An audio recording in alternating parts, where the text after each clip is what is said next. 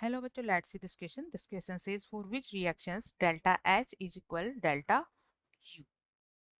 Key concept for this question is यहाँ हमें ऐसी रिएक्शंस को आइडेंटिफाई करना है जिनके लिए enthalpy change internal energy change के इक्वल हो.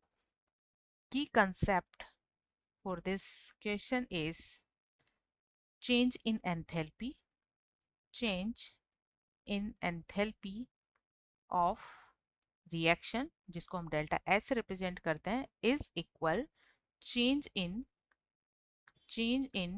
Internal energy, change in internal energy जिसे हम डेल्टा यू से रिप्रेजेंट करते हैं. किसी भी गैसियस रिएक्शन के लिए एंथैल्पी चेंज निकालने का फॉर्मूला है डेल्टा एच इक्वल होता है delta U plus delta N R T. Delta N यहाँ पर नंबर ऑफ मोल्स के डिफरेंस को रिप्रेजेंट करता है which is N number of moles of product minus number of moles of reactant का difference है. तो इस इक्वेशन का यूज करके हम यहाँ गिवन रिएक्शंस के लिए ऐसी रिएक्शंस को आइडेंटिफाई करेंगे जिनके लिए delta H equal delta U हो. ए में हम यहाँ रिएक्शन हाइड्रोजन एंड आयोडीन की करवा रहे हैं और फॉर्म होता है 2HI.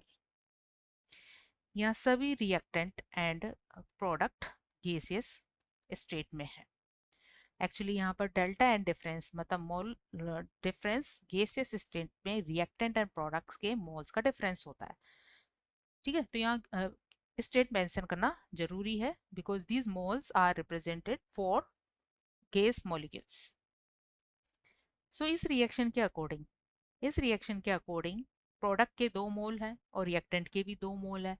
तो यहाँ से डेल्टा एन वैल्यू हमें मिलती है 2 माइनस 2 इक्वल 0.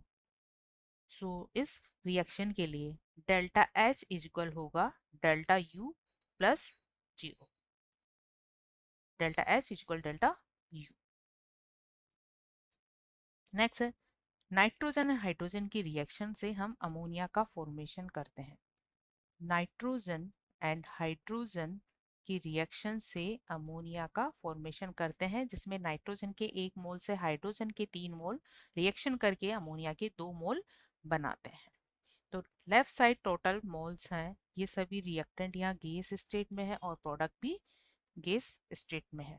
सो इसके लिए delta N is equal number of moles of product 2 है, number of moles of reactant है -1 -3 इजिकल ये वैल्यू आ जाती है -2. तो इसके लिए डेल्टा एच वैल्यू हमें मिलती है delta you -2R delta sorry 2R T अगर प्रोसेस कांस्टेंट टेम्परेचर पर है. -2RT ये वैल्यू मिलती है हमें -2RT. इन केस ऑफ सी जहां पर नाइट्रोजन ऑक्सीजन की रिएक्शन से NO का फॉर्मेशन होता है. नाइट्रोजन ऑक्सीजन की रिएक्शन होती है एंड NO फॉर्म होता है.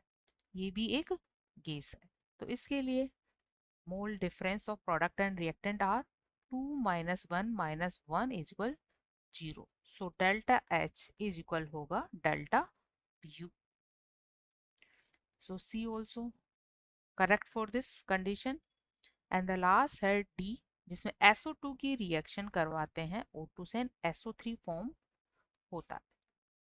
SO2 की रिएक्शन ऑक्सीजन से करवाते हैं एंड SO3 फॉर्म होता है. तो SO2 के 2 मोल ऑक्सीजन के 1 मोल से रिएक्शन करके SO3 के यहाँ 2 मोल्स बनते हैं. सो इसके लिए डेल्टा एन इक्वल होगा 2 माइनस 1 इक्वल -1. सो यहाँ से डेल्टा एच वैल्यू मिलती है हमें delta U minus R T. So this is also incorrect. Final answer of this question is A and C, जिनके लिए delta H is equal delta U. Hope you understood it well. Best of luck.